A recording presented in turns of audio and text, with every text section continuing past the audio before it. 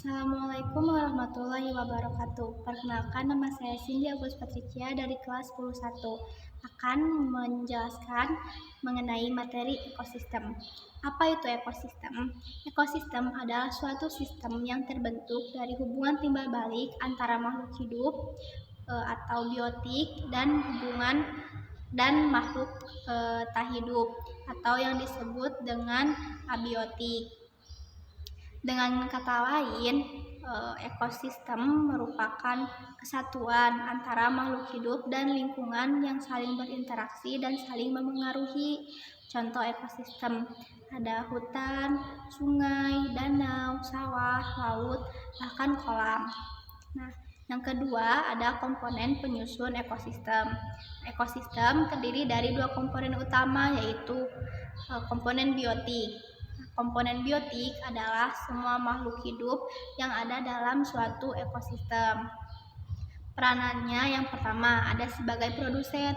Produsen adalah organisme yang mampu membuat makanan sendiri melalui fotosintesis. Contohnya rumput, padi.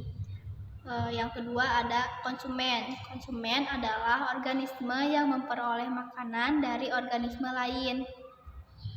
Ada konsumen tingkat 1, contohnya belalang, ada konsumen tingkat 2, contohnya ular, dan ada juga konsumen puncak, contohnya elang.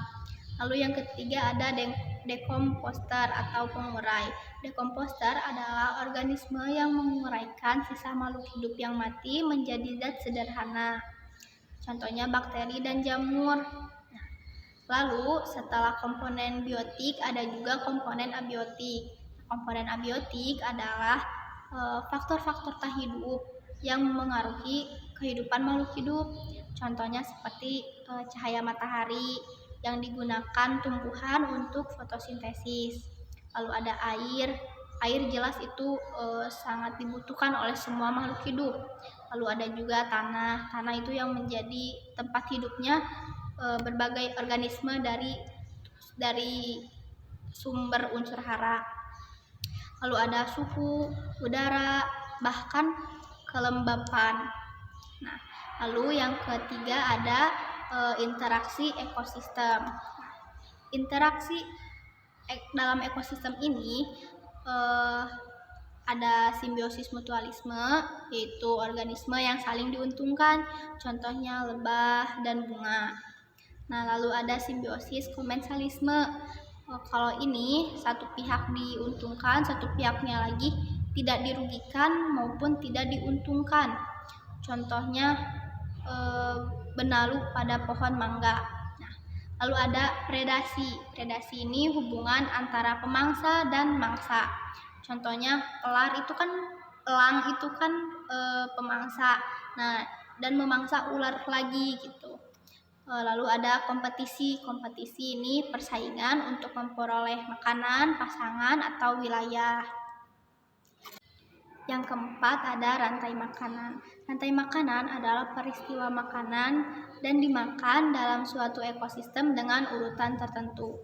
Ini contoh rantai makanan di dalam sawah. Contohnya yaitu rumput. Lalu rumput nanti dimakan oleh belalang, lalu nanti dimakan oleh katak, dimakan oleh ular, dan dimakan oleh elang. Lalu yang kelima ada jaring-jaring makanan. Jaring-jaring makanan adalah gabungan beberapa rantai makanan yang saling berhubungan. Contohnya padi dapat dimakan oleh tikus, belalang, dan burung. Tapi tikus juga dapat dimakan oleh ular atau elang. Nah, karena hubungan makanannya banyak dan saling berkaitan, terbentuklah jaring-jaring makanan. Jaring-jaring makanan juga membuat ekosistem lebih stabil. Nah, lalu ada juga yang terakhir ada piramida ekologi. Piramida ekologi menggambarkan jumlah energi atau jumlah organisme pada setiap tingkat trofik.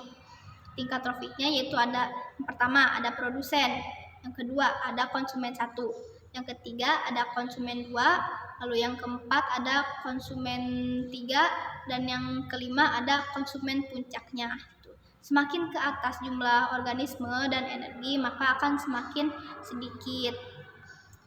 Sekian video penjelasan dari saya. Terima kasih, mohon maaf apabila ada kesalahan. Wassalamualaikum warahmatullahi wabarakatuh.